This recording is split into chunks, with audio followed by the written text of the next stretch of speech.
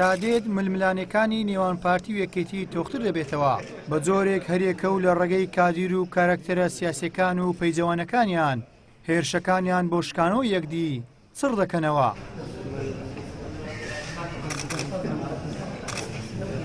ئەمە سەرەڕای ئەوەی هەندێک کات تەلاری پەرلەمان و دام و دەستگا حکومیەکانیش بۆ سەنگەر لێگرتن دەقۆزنەوە و هەر حزبە و ئەوەی دیکەیان بە چەند ڕەفتارێکی نایاسایی تۆمەتبار دەکات.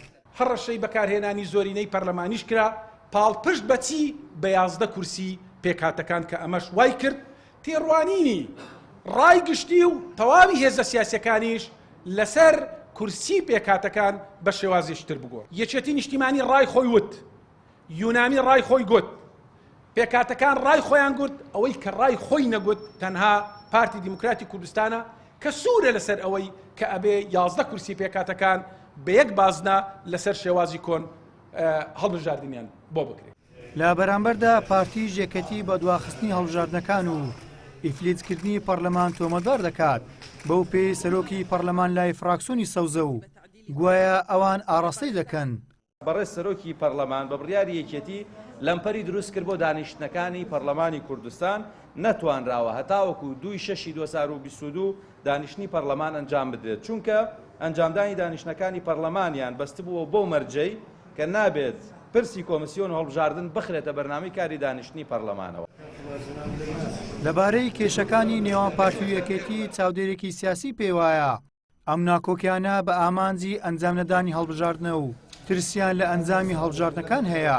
ئەو چاودێرە سیاسی هەولێروتیشی هیچ کاتێک ناکۆکیەکانی نێوان ئەم دوو هێزە لا بەرژەوەندی هاوڵاتی و بەرژەوەندیە باڵاکانی هەرێمی کوردستان نەبووە بەڵکو و کێشەکانیان لەسەر چۆنێتی دابەشکردنی پلە و پۆست و داهات بووە. هەڵبژاردن لە کات و ساتی خۆیان ناکرێت لە مەساڵحی خۆیان نەترسێن لەبەرەوەی دەرنەچنەوەی خاڵێکی گرنگە لە بەرچاوی ئەوانە ڕوونا کە ئەم دەنگەی کە هەیەە ناهینەوە. ئەمە خاڵێکیان خاڵی دووەم بۆ مەسەلەی دەرەوەی هەرێمی کوردستانە کارەساتێکی گەورەیە چکۆتۆ لە پرۆسەی دموکراسی پاشگەزەبیەوە. ئەم کێشێکە دروست کراوە دوو شێواز یەکگریتەوە دوو ڕوانگەی سیاسی یەکگریتەوە. یەکەمیان لەوانە ئینتیفاقێکی سیاسی بی کێشە دروستکەن بۆی هەڵبژاردن دوا بخرێ ئەمە حاڵەتێکی بەرچاوڕوونیە بۆ لێکدانەوەی سیاسی. حاڵەتی دووەم ئەوەیە کێشەیە لەسەر سەرۆت و سامانەکە ئەو ئەڵێ منەوە دەمبەرکەویژە لە من دەمبەرکەوێت تا عسێشە دروست بۆ میلەتیش زەرەرە یعنی زۆر خراپە لەبەرەوەی بژێوی خەڵک تێکەداتن. تا دێت نزیک دەبینەوە لە ئەنجامدانی هەڵبژاردنەکانی پەرلەمانی کوردستان کە بڕیارە لە 18 مانگی 11 ئەم ساڵ بەڕێوە بچێت کەچی ململانێ و ناکۆکی نێوان پارتی و یەکێتی قوڵتر دەبێتەوە. ئەمە ژوا دەکات بە ڕێوەچوونی هەڵبژاردن ئەستەم بکات. گەیلان سابیر کەناڵی ئاسمانی پەیام هەولێر.